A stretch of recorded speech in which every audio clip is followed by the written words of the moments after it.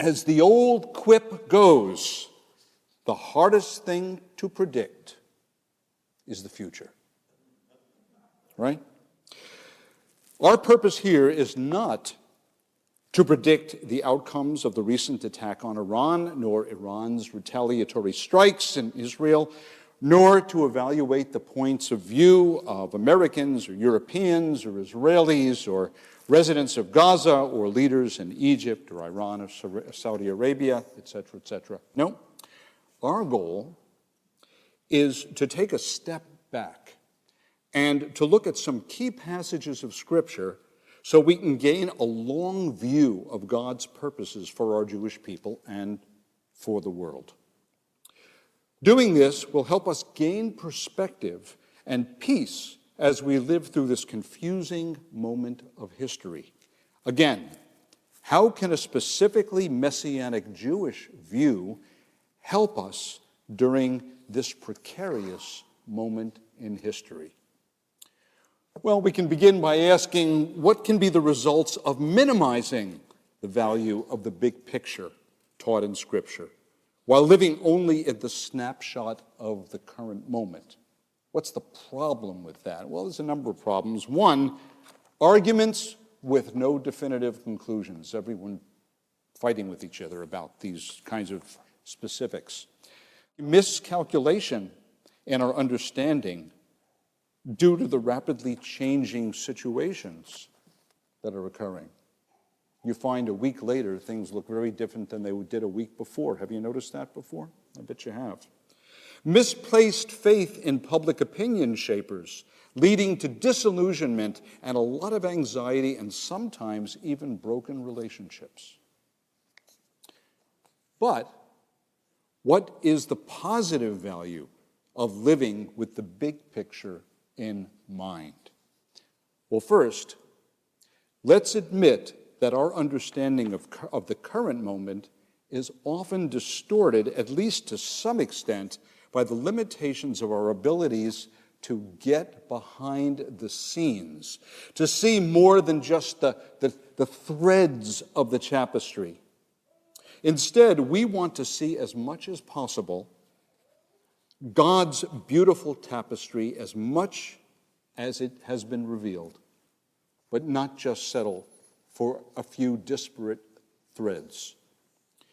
Taking a step back can allow us to guard our hearts and minds, giving us a measure of shalom during this and future times of storm. This can help us avoid the temptation of saying things to others that we'll regret later. This is important, and this is critically important, and Rabbi Nathan and I talk about this all the time. This is so important for maintaining family and congregational unity both during and after tough times. So, where shall we begin? We'll start with 7 truths which form the very foundation of a Messianic Jewish view of the future. So here they are. I'm just going to go through them rather quickly, but let's see if we agree on these things. Number 1, God has made an eternal covenant with Israel, the Jewish people. This includes the ultimate promise of the return to the land of Israel. We agree pretty much? Yeah, we're pretty good with that, I think, generally. Our people, number 2, our people in large numbers thus far have not recognized Yeshua as the promised Messiah. Some of our ancient leaders were even complicit with the Roman authorities in causing his execution. But I want to point out something to you. I think it's something that we certainly agree on. But I want to point out just something that happened when I was 19 years old at one of my first Messianic Jewish meetings in Huntington, Long Island.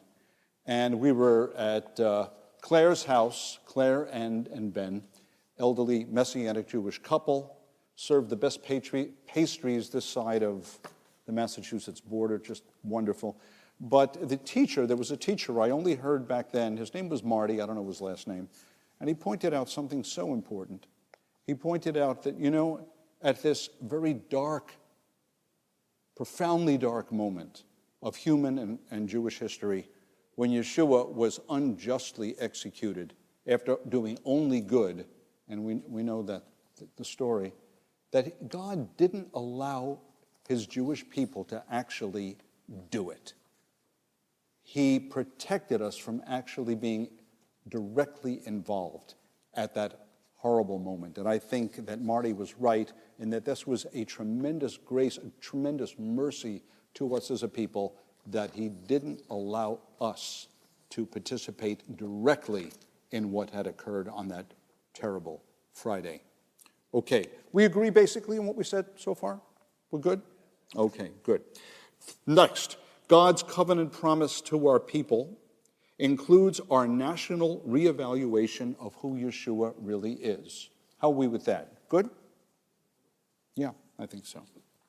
The return of our people to God via Yeshua will result in great blessing for our Jewish people and the whole world. How are we with that one? We're good? Okay. 5, through the march of history, God uses both good and bad circumstances and our right and wrong responses to guide the world toward its moral and spiritual maturation. This is true in our individual lives as well as at the level of entire nations. Sound good? Sound right? Yeah? You're good? Okay, good. Number 6. I want to talk with you about the ascending spiral. The ascending spiral of history helps us follow the story. And I'm going to say a little more about that later, but basically what the ascending spiral is, and I'm thankful to the scholar John Warwick Montgomery for this insight, it's just the way the prophets of Israel worked. Events occur which are of a certain type, which then occur later on at a higher, we'll call it spiritual level. And then later on, we see a similar kind of event, which occurs even at a higher level, and ultimately everything comes together at the climax of history before Yeshua's return, or at his return. So that's the ascending spiral. And the best example, we don't have time to get into it at length, but if you read Yeshua's comments about his coming again in the Gospel of Luke, chapter 21, you'll find that it's about his coming, but along the way, as we go around the mountain, we have other events which typify what will ultimately occur. And it's all 4 Gospels, but Luke is particularly clear in this way. So hopefully I've said enough about it to get the basic idea there, and hopefully we agree on that. Okay, I think I have one more here, and that is, a happy ending to the story is promised because God simply loves humanity and Am Yisrael more than we can possibly imagine. What do you think? Yes or no? Yeah? Okay. So once we affirm these starting points, we're ready to open the scriptures. Here are some important passages. The first one is from the book of Matthew, or Matthew, chapter 23, beginning in verse 37. Jerusalem, Jerusalem, you who kill the prophets and stone those sent to you, how often I have longed to gather your children together as a hen gathers her chicks under her wings, and you were not willing. Look, your house is left to you desolate. Wow, tough words, huh? Tough words.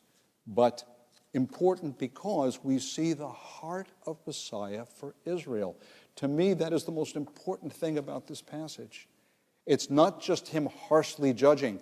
Him, with great sorrow, wishes that the destruction which was going to come 40 years later with the Romans wouldn't occur. But it was inevitable given the fact that we were about to not respond to our king adequately. And so, but you see his heart here. Very important passage as we try and put together the tapestry, not just the individual strands at this critical moment of history. Then we could look at another passage, Matthew 28, verses 1 through 8. This is called, again, the Olivet Discourse. You find it in Matthew, Mark, and Luke, and it is his discussion of what are the signs of his coming and things that will occur before that. So Yeshua left the temple and was walking away when his disciples, his Talmidim, came to him to call his attention to the buildings. Do you see all these things, he asked. Truly I say to you, not one of stone here will be left on another. Everyone will be thrown down. As Yeshua was sitting on the Mount of Olives, the disciples came to him privately. Tell us, they said, when will this happen, and what will be the sign of your coming and the end of the age? Yeshua answered, watch out that no one deceives you, for many will come in my name, claiming, I'm the Messiah, and will deceive many. You will hear of wars and rumors of wars, but see to it that you are not alarmed. Such things must happen, but the end is not yet.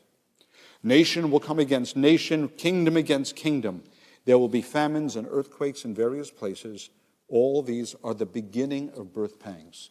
Now, of course, all of this begs a question. What age isn't characterized by nations fighting each other and famines and all this tough stuff? Well, every age is. It's been the human experience for forever, or almost forever. And so that begs the question again, well, how do you know when this is all going to happen? Well, I think it really just speaks to such an obvious intensity that it's just undeniable that that's what's going down. And so it's important to keep those things in mind. But the point comes next. If those days had not been cut short, no one would survive, but for the sake of the elect, those days will be shortened. At that time, if anyone says to you, look, here's the Messiah, there he is, do not believe it. For there will be false messiahs, false prophets, who will perform great signs and wonders to deceive, if possible, even the elect. See, I have told you. Okay, tough stuff. And the idea of this move up the mountain through history is relevant because we see patterns emerging. And when we look at our own time, can we say definitively what period, what time it is? I don't think so. It could be just one of those trips around the mountain. But nonetheless, it helps us get a sense of things just to know that this movement around the mountain helps us keep our eye out and helps us stay centered in the midst of tough times. Now, I want to move on to another passage, and now we're in the book of Zechariah. And chapter 12 begins this way. A prophecy, the word of the Lord concerning Israel. The Lord who stretches out the heavens, who lays the foundation of the earth, and who forms the human spirit within a person, declares, I am going to make Jerusalem a cup that sends all the surrounding peoples reeling. Judah will be besieged as well as Jerusalem. On that day when all the nations of the earth are gathered together against her, I will make Jerusalem an immovable rock for all the nations. All who try to move it will injure themselves. We'll stop there just for a minute. What is operating here? There comes a time, for various reasons, all kinds of geopolitical and cultural and whatever other reasons. At the human level, there's also a spiritual, demonic, angelic thing, but we're not really thinking about that. It's not in the text here explicitly. But all these things occur, and yet Jerusalem, which has been known as the Axis Mundi. Does anyone know what Axis Mundi means? Center of the world. Jerusalem is the center of the world. And the nations of the world come against her, but will they be ultimately victorious? Absolutely not. Because God's covenant promises are sure. Now, listen to this. And I will pour out on the house of David. Oh, I'm sorry, I should give you the reference. It's Zechariah 12, just a few verses later, verses 10 through 14. And I will pour out on the house of David and on the inhabitants of Jerusalem a spirit of grace and supplication. Now notice this. This is an important passage coming up, gang. Notice. They will look on me, the one they have pierced, and will mourn for him as one mourns for an only child, and grieve bitterly for him as one grieves for a firstborn son. Wow. That's national teshuvah. It's an absolute truism that in general, people don't turn back to God when everything is easy and good and fine. It's not our story, it's certainly not mine.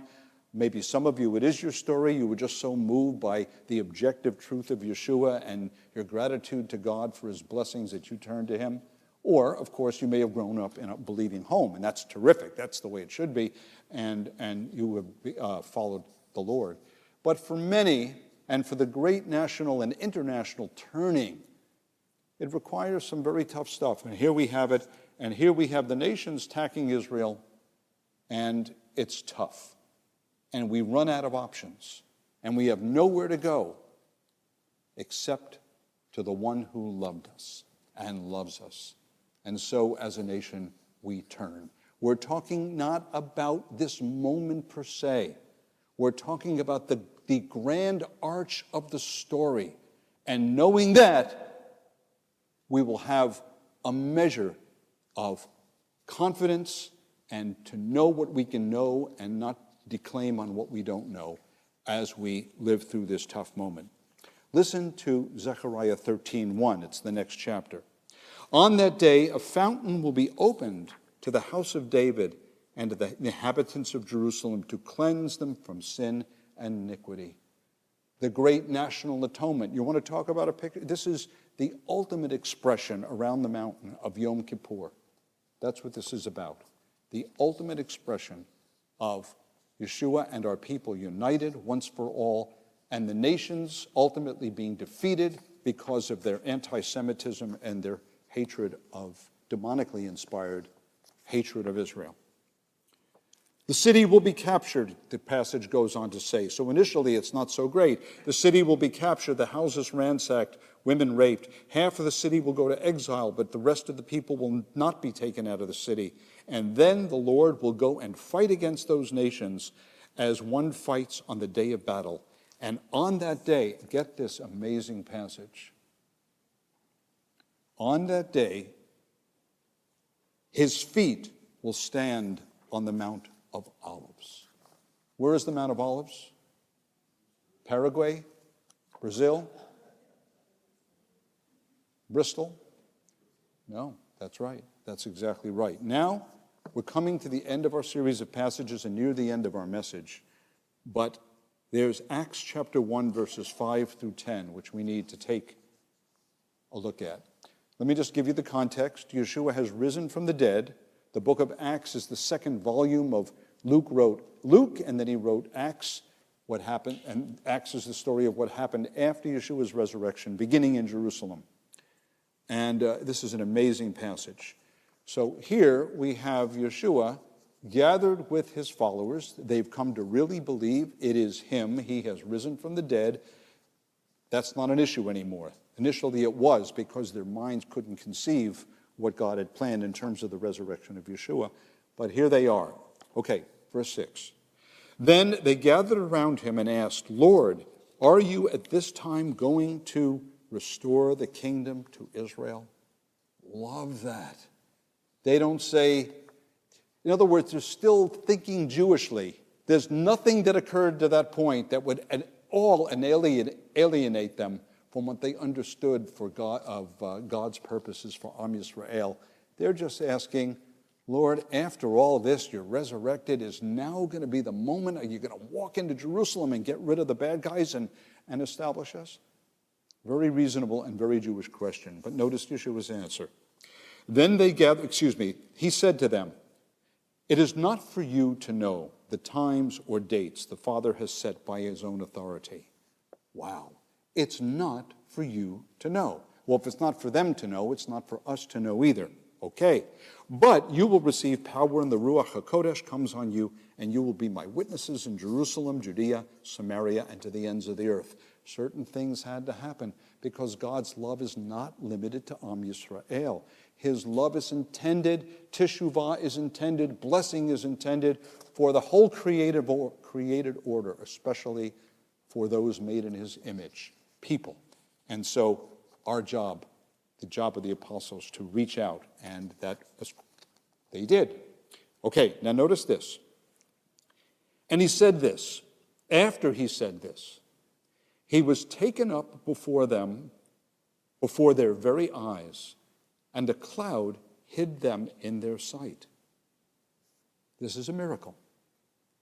I believe it's historical. I think it really happened. I think the whole thing really happened. And The Nephile, that's Greek. The Anan is the Hebrew. But it's the mode of heavenly transport that takes Elijah into the presence of God. And here we see Yeshua rising, and they're looking up in the air, and they're, wow. They were looking intently into the sky as he was going, when suddenly 2 men dressed in white stood before them. Who do you think these 2 men are, by the way? Who do you think? Not necessarily their names, but okay. These are angels, okay? Messengers. Men of Galilee, they said, why do you stand looking into the sky? I mean, it's the ultimate rhetorical question. What do you mean? Why are we looking? Why are you looking into the sky? This same Yeshua who has been taken from you into heaven will come back in the same way you have seen him go to heaven, and his feet will stand on the Mount of Olives. Okay? That's my commentary. Okay, summary and conclusions of all that we've talked about. Number 1, well, does our survey of Scripture fit the Messianic Jewish outlook? I think generally it does. There's so much more to talk about. I had to just pick passages that, there were so many more. But the general arc of the story includes the things that we laid out in the beginning. Tough times, yes, an amount of judgment, always never to punish primarily, but it's remedial to get us to change. The good news going to the world. Israel one day regathered, and the events we've talked about. Okay, so it probably does. What about the events occurring right now? Since God's purposes can include severe trials intended to help our Jewish people and the world turn to the true God and to Messiah, let's not be too hasty to celebrate any seeming military or political victories nor defeats for Israel or the nations. Our God-oriented perspective demands a level of proper skepticism about commentators on the internet making what may be premature claims about what's really going on. Or, as Rob Shaul reminds us, now we see dimly, one day face to face. Now our views are obscured by all kinds of things. So chill out, and don't be overly impressed with particular commentaries on whatever side you may happen to be on. Of course, be concerned, listen, learn, form a model that makes sense to you, but hold it somewhat lightly, because there's more going on, likely. Okay, number 3, let's embrace the fact that God is full of surprises in his intentions for Israel and all humanity. For example, which first-century Messianic Jews would possibly have imagined that the return of Messiah would be delayed for 2,000 years and counting? You know what I'm saying about that? He's filled with surprises. No one would have thought it. We can suggest possibilities why this has been the case, likely having to do with the inscrutable interplay of human freedom and God's purposes, and that dynamic that operates all the time. Surprise is just part of the tapestry of life. Embrace it in the love and blessing of God. That's the message there. Number 4, the ascending spiral of history helps us keep balance. Is this particular time around the end, or might there be another? Just keep your mind open, because the ascending spiral of history is really part of the picture. Instead of over-investing in anxiety-producing premature conclusions, we at Ruach choose savlanut. What is savlanut? Does anyone know? It's patience. Savlanut, and it's a beautiful word. It's so euphonic. Savlanut. Don't you love it? Let's say it. Savlanut. Oh, it's such a great word. I just love it. It's Hebrew for patience. In the book of Yaakov, James, he refers to patient endurance, which must be part of the Messianic Jewish experience if we're going to maintain our balance through all the vicissitudes of life. 6, since our human perspectives are inherently limited and sometimes even proven quite mistaken, let's commit to give our best attention to the things we can know for sure, the great eternal truths and aspects of practical life, which we do have a great measure of control over. That's where our hearts have to be primarily at times like this. But here is the fabulous news. God is truly good. And whatever we experience as totally unexpected will ultimately result in fabulous blessings for Israel and the nations. This we can count on. Now, 3 final words. Don't fight, play nice. The eternal exhortation of Yiddish-speaking moms to their kids. That's number 1. Number 2, a word from Rabbi Hillel. Ohev shalom, v'rodef shalom, ohev habriot, mikrav letorah. Hillel would say, be like the disciples of Aaron, or be of the disciples of Aaron, a lover of peace, a pursuer of peace, one who loves the creatures and draws them close, loves creation and draws them close to Torah. Let's be peacemakers. Very important in our families, in our congregation, and you understand the implications and ramifications. And finally, a word from the Messiah himself. Let not your hearts be troubled. Believe in God, believe also in me. So, gang, in conclusion, let's allow the words of the Mom, the Sage, and the Messiah guide us through these challenging times. And we'll make it, and we'll make it together. Shabbat Shalom, everybody. In the mouths of the house of Israel, in the mouths of the people, in the mouths of the house of Israel, and may your descendants and the descendants of your people Israel be those who know your name and study your Torah, for Messiah